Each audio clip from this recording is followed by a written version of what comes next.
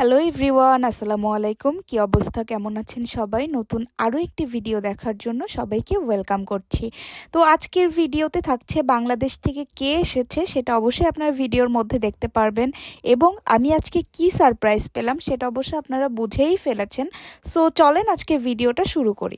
So just গতকালকে বাংলাদেশ থেকে একটা ভাইয়া এসেছিলেন, উনি নিউ এসেছেন ক্যানাডাতে। সো ওনার একটা সিম দরকার ছিল, স্কারব্রোতে উঠেছেন। সো আমরা স্কারব্রোর একটা ছোট শপিং মলে চলে গিয়েছিলাম। এখানে ফ্রিডমের আউটলেট ছিল।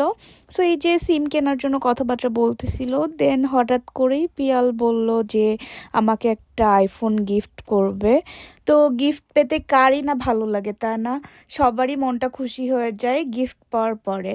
এই তো আমি খুবই সারপ্রাইজ হয়ে গিয়েছিলাম, আসলে আমি একদমই এক্সপেক্ট করছিলাম না যে সাডেনলি আইফোন কিনে ফেলবো। দেন আপনাদের সাথে একটা ভিডিও শেয়ার করার জন্য আমি জাস্ট আনবক্সিং ভিডিওটা করে নিচ্ছিলাম।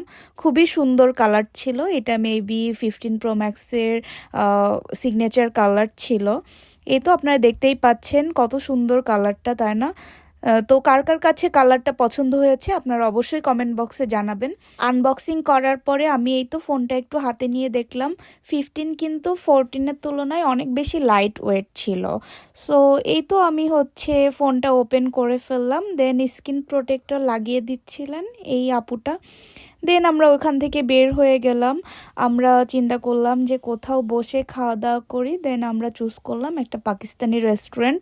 সো এটা কিন্তু স্কারব্রোর আরেকটা সাইডে ছিল।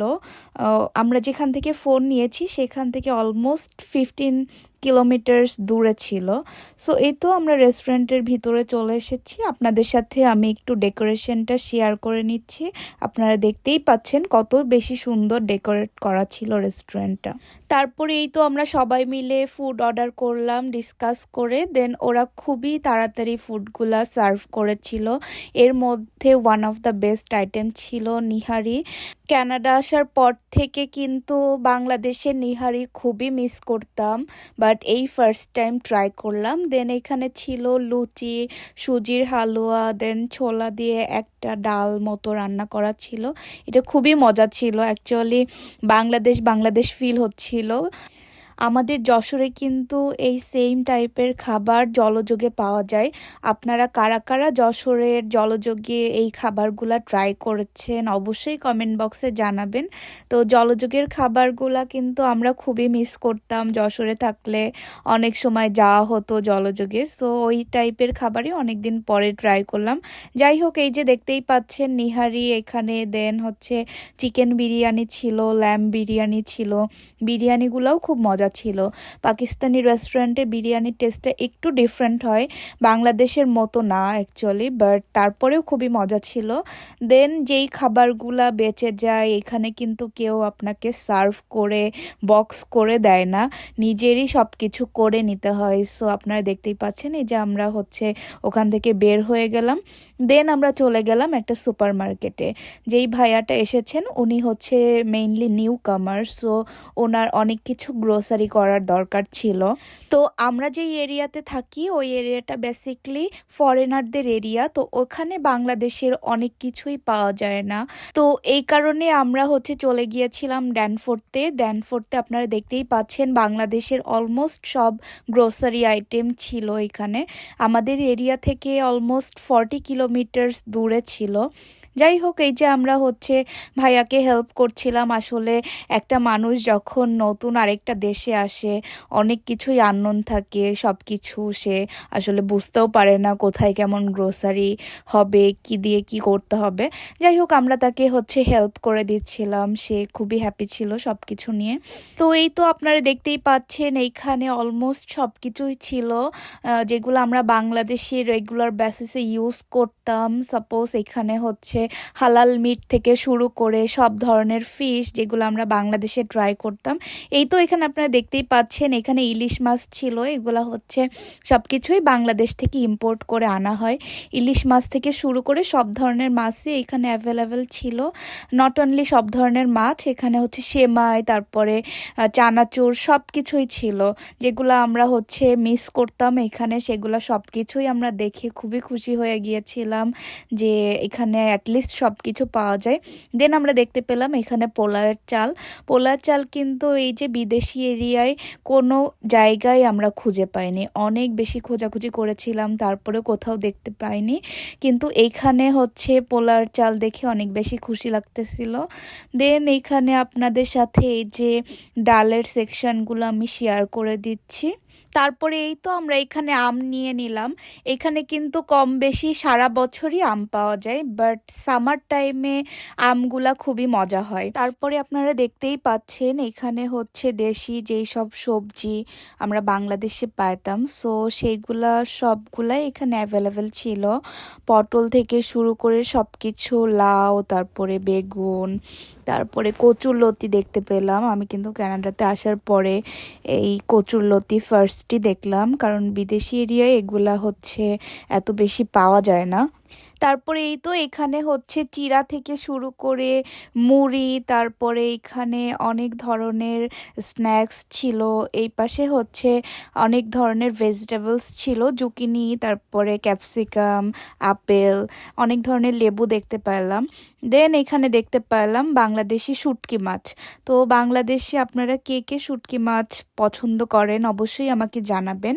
তারপরে আমি আরেকটা সেকশনে চলে গেলাম, আরেকটা সেকশনে দেখতে পেলাম এখানে সব ফ্রোজেন করা মাছ ছিল, দেশি মাছগুলা যেগুলা হচ্ছে বাংলাদেশ থেকে ইম্পোর্ট করে আনা হয়। সো এখানে পাবদা থেকে শুরু করে ছোট মাছ, তারপরে কই মাছ সব কিছুই অ্যাভেলেবেল ছিল। এখানে কিন্তু ইলিশ মাছ প্যাকেট করাও ছিল। তো এখানে যারা আপনারা টরন্টোতে থাকেন, আপনারা যারা বাঙালি খাবার মিস করেন বা বাঙালি গ্রোসারি মিস করেন, তারা অবশ্যই ড্যানফোর্থে যেয়ে গ্রোসারি করে আসতে পারবেন। দেন আমরা এখানে বেল দেখলাম অনেক দিন পরে। তারপরে আমাদের হচ্ছে গ্রোসারি শেষের পরে ভাইয়া নিজের যা যা দরকার ছিল সব গ্রোসারি করে ফেললো। দেন আর কি আমরা হচ্ছে তাকে হেল্প করতেছিলাম এইখানে হচ্ছে গাড়ির পিছনে সব কিছু রাখার জন্য। তারপরে আমরা চলে গেলাম ওয়ালমার্টে। ওয়ালমার্টে যাওয়ার উদ্দেশ্য ছিল তার হচ্ছে যেই হাঁড়ি পাতিল সব কিছু দরকার ছিল, কারণ একটা মানুষের রান্না করতে গেলে তো অবশ্যই হাঁড়ি পাতিল এগুলার দরকার হয়। সো এইগুলাও তো তার ছিল না, বিকজ অফ সে নিউ কামার। সো তার প্রথম স্টেজে অনেক স্ট্রাগল করতে হবে আসলে, কারণ প্রথমে তো সবাই সব কিছু রেডি পায় না। আসলে অ্যাব্রোডে একা একা সারভাইভ করা কত বেশি কষ্টের সেটা হচ্ছে আমি ওই দিন বুঝতে পারলাম। ভাইয়ার আসলে লবণ থেকে শুরু করে A to Z সব কিছুই দরকার হচ্ছে, কারণ এখানে তো আর কেউ কাউকে হেল্প করে দেয় না।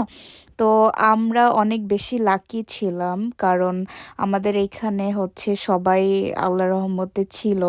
তো আমাদের ভাইয়া সব কিছুই আমাদের সাপোর্ট করেছে, দ্যাটস ওয়াই আমাদের এইগুলা কোনো কিছুই ফিল করতে হয় না আমরা যখন প্রথম এসেছিলাম কানাডাতে। তো এই তো যাই হোক, আমরা হচ্ছে সব কিছু নিয়ে নিচ্ছিলাম যা যা দরকার ছিল।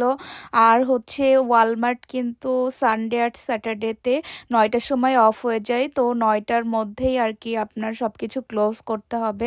আমাদের অনেক দেরি হয়ে গিয়েছিল, আসলে অলমোস্ট ক্লোজিং টাইম চলে এসেছিল, দ্যাটস ওয়াই আমরা খুবই তাড়াহুড়া করতেছিলাম। একটা যে বাস্কেট নিব আর সামথিং আমরা সেটাও ভুলে গিয়েছিলাম, যে যার মতো হাতে করেই সব কিছু নিয়ে নিলাম তাড়াতাড়ি করে চেক আউট করার জন্য।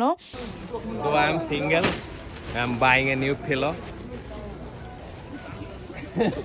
তো এই তো সাকিব এখানে বালিশ নিয়ে একটু মজা করতেছিল, আমরা সবাই একটু হাসাহাসি করলাম। দেন আমরা চলে গেলাম হচ্ছে চেক আউটের ওখানে, কারণ এত বেশি তাড়াহুড়া ছিল, অলমোস্ট ক্লোজিং টাইম, তো আমরা হচ্ছে বাস্কেট নিতে ভুলেই গিয়েছিলাম। এই তো সবাই যে যার মতো হাতে করে নিয়ে তাড়াতাড়ি করে চলে গেলাম চেক আউট করতে এখানে। তারপরে আপনারা দেখতেই পাচ্ছেন ওয়ালমার্টের মধ্যে আমি অত বেশি আসলে ভিডিও করার টাইম পাইনি, যেহেতু ক্লোজিং টাইম হয়ে গিয়েছিল অলমোস্ট। সো আপনারা যদি চান আমি নেক্সট ডে অবশ্যই হচ্ছে ওয়ালমার্ট নিয়ে আরেকটা ভ্লগ আপলোড করব। তো আপনারা অবশ্যই কমেন্ট করে জানাবেন যে কে কে দেখতে চান ওয়ালমার্ট সম্পর্কে। দেন আমরা হচ্ছে আজকের মতো এখানেই ভাইয়াকে ড্রপ করে দিলাম। দেন আমরা বাসার উদ্দেশ্যে রওনা দিয়ে দিলাম। ভিডিওটা আজকে এই পর্যন্তই থাকছে। সবাই ভালো থাকবেন, সুস্থ থাকবেন। আল্লাহ হাফেজ।